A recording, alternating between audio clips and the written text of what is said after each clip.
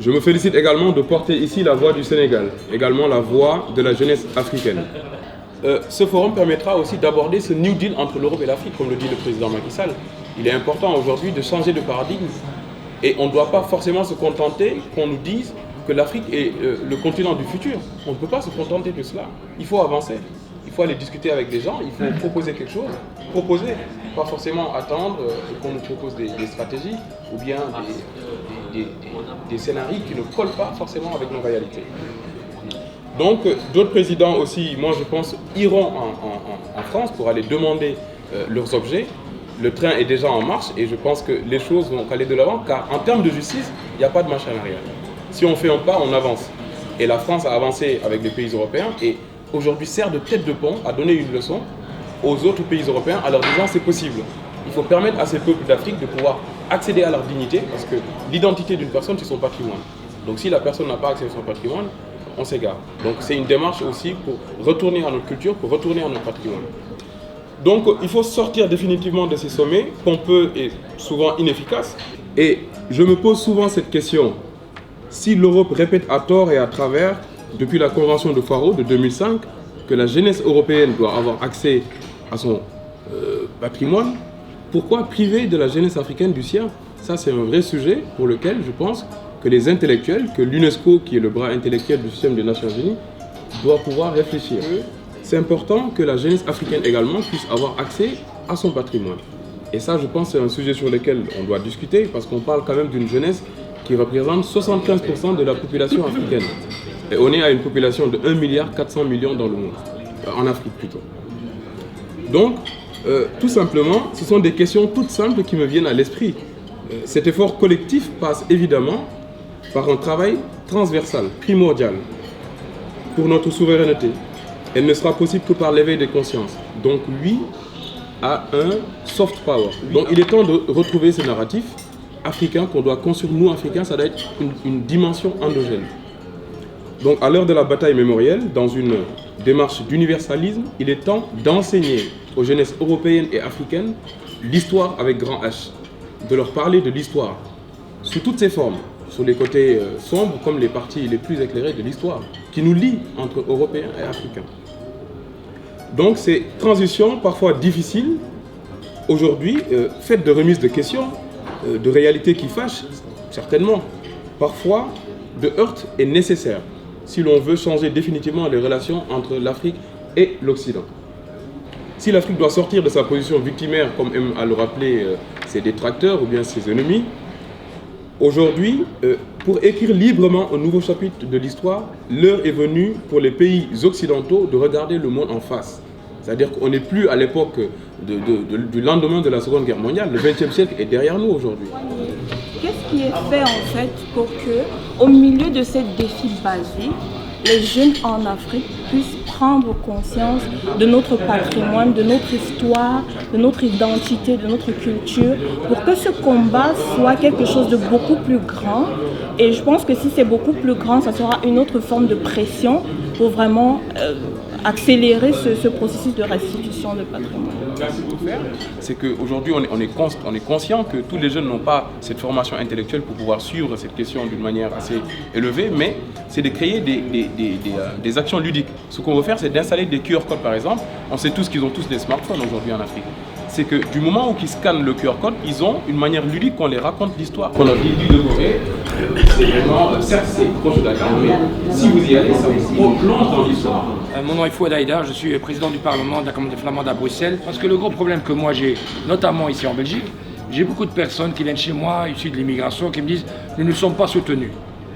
Mais quand je vérifie le nombre de dossiers qu'ils déposent, il est pratiquement nihil.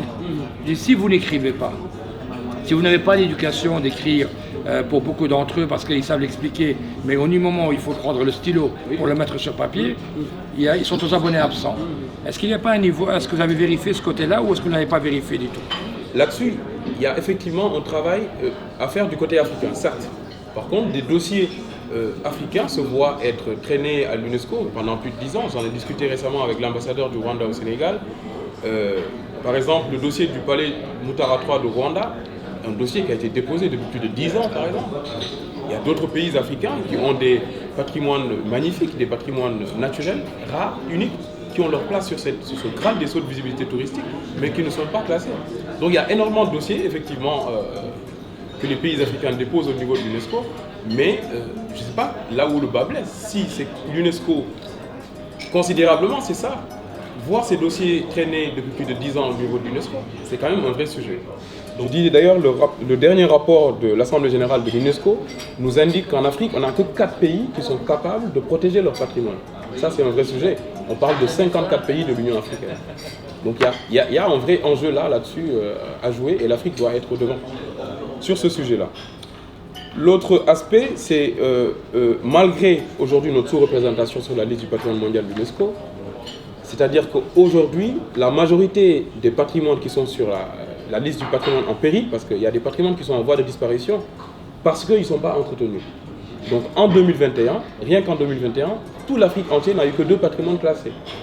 C'est des mosquées des styles soudanais de la Côte d'Ivoire qui ont été classés, mais également le parc national d'Ivindo au Gabon. Pendant ce temps, en Europe, on a eu 13 patrimoines classés. Donc le dernier aspect que je veux parler, c'est vraiment déplorer trop souvent le manque de proximité avec les pays africains, avec la culture mondiale. Donc ce forum permettra d'apporter les musées occidentaux aux Africains.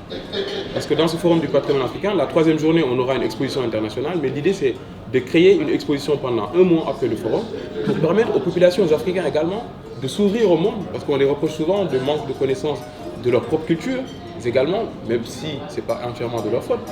Mais là, l'idée, c'est de vraiment leur apporter les musées européens chez eux, qu'ils puissent le côtoyer, qu'ils puissent sensibiliser, parce qu'il est important aussi cet éveil de conscience-là. Il y a des retombées économiques dans ce forum également, parce que ce forum est l'occasion d'amener vraiment, comme j'ai dit tantôt, tous ces musées occidentaux chez les jeunes Africains.